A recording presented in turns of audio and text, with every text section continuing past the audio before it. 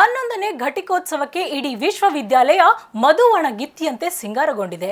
ಈ ಬಾರಿಯೂ ವಿದ್ಯಾರ್ಥಿನಿಯರೇ ಮೇಲುಗೈ ಸಾಧಿಸಿದ್ದು 45 ವಿದ್ಯಾರ್ಥಿಗಳು 79 ಚಿನ್ನದ ಪದಕಗಳನ್ನು ಹಂಚಿಕೊಂಡಿದ್ದಾರೆ. ಹಾಗಿದ್ರೆ ಘಟಿಕೋತ್ಸವದ ಹೈಲೈಟ್ಸ್ ಏನು ಅಂತೀರಾ? ಇಲ್ಲಿದೆ ನೋಡಿ. ಮಾರ್ಚ್ 12ರ ಮಂಗಳವಾರ ಬೆಳಗ್ಗೆ 12 ಗಂಟೆಗೆ ದಾವಣಗೆರೆ ವಿಶ್ವವಿದ್ಯಾಲಯ ಶಿವಗಂಗೋತ್ರಿಯಲ್ಲಿ 11ನೇ ವಾರ್ಷಿಕ ಘಟಿಕೋತ್ಸವ ನಡೆಯಲಿದೆ.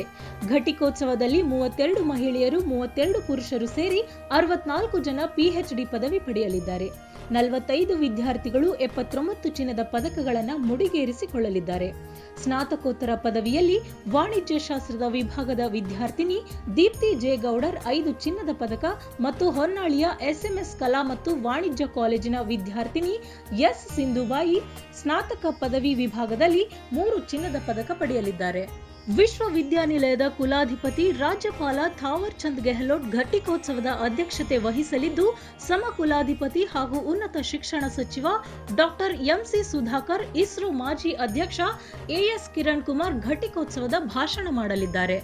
ಹೀಗಾಗಿ ಈ ಸಲ 32 ಜನ ಮಹಿಳಾ ಮತ್ತು 32 ಜನ ಪುರುಷ PhD ಅಭ್ಯರ್ಥಿಗಳು ತಮ್ಮ ಡಾಕ್ಟರೇಟ್ ಪದವಿಯನ್ನು ಪಡೆಯಲಿದ್ದಾರೆ.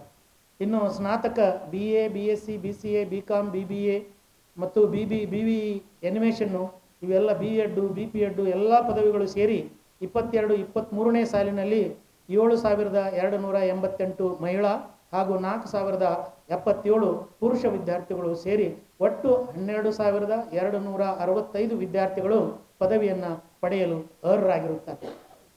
ಇನ್ನು ಸ್ನಾತಕೋತ್ತರ ಪದವಿಗಳಾದಂಥ MA, MSc, MSW, MCA, MCom, MBA, MED, MPD ಈ ಎಲ್ಲ ಮಾಸ್ಟರ್ ಪದವಿ ಸ್ನಾತಕೋತ್ತರ ಪದವಿಗಳಲ್ಲಿ 22-23ನೇ ಸಾಲಿನಲ್ಲಿ 1,314 ಮಹಿಳಾ ವಿದ್ಯಾರ್ಥಿಗಳು ಹಾಗೂ 778 ಪುರುಷ ವಿದ್ಯಾರ್ಥಿಗಳು ಸೇರಿ ಒಟ್ಟು 2,092 ವಿದ್ಯಾರ್ಥಿಗಳು ಪದವಿ ಪಡೆಯಲು ಅರ್ಹರಾಗಿರುತ್ತಾರೆ.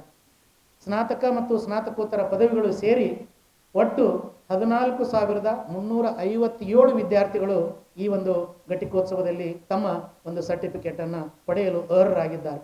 ಸ್ನಾತಕ ಪದವಿಗಳಲ್ಲಿ 7,288 ವಿದ್ಯಾರ್ಥಿನಿಯರು, 4,977 ವಿದ್ಯಾರ್ಥಿಗಳು ಸೇರಿ ಒಟ್ಟು 12,265 ವಿದ್ಯಾರ್ಥಿಗಳು ಪದವಿ ಪಡೆಯಲು ಅರ್ಹರಾಗಿದ್ದು, ಸ್ನಾತಕೋತ್ತರ ಪದವಿಯಲ್ಲಿ 1,314 ವಿದ್ಯಾರ್ಥಿನಿಯರು, 778 ವಿದ್ಯಾರ್ಥಿಗಳು, ಒಟ್ಟು 2,092 ಜನ ವಿದ್ಯಾರ್ಥಿಗಳು ಸೇರಿ 14,357 ವಿದ್ಯಾರ್ಥಿಗಳು ಪದವಿ ಪಡೆಯಲು ಅರ್ಹರಾಗಿದ್ದಾರೆ. 2022-23ನೇ ಶೈಕ್ಷಣಿಕ ವರ್ಷದಲ್ಲಿ ಸ್ನಾತಕ ಪದವಿಯಲ್ಲಿ 75.99% ಹಾಗೂ ಸ್ನಾತಕೋತ್ತರ ಪದವಿಯಲ್ಲಿ 96.09% ಫಲಿತಾಂಶ ಬಂದಿದೆ ಎಂದರು. 22-23ನೇ ಸಾಲಿನಲ್ಲಿ ಒಟ್ಟು 79 ಸ್ವರ್ಣ ಪದಕಗಳು. ಕಳೆದ ವರ್ಷ ಇಲ್ಲಿ ಬರೀ 65 ಸ್ವರ್ಣ ಪದಕಗಳಿದ್ದವು.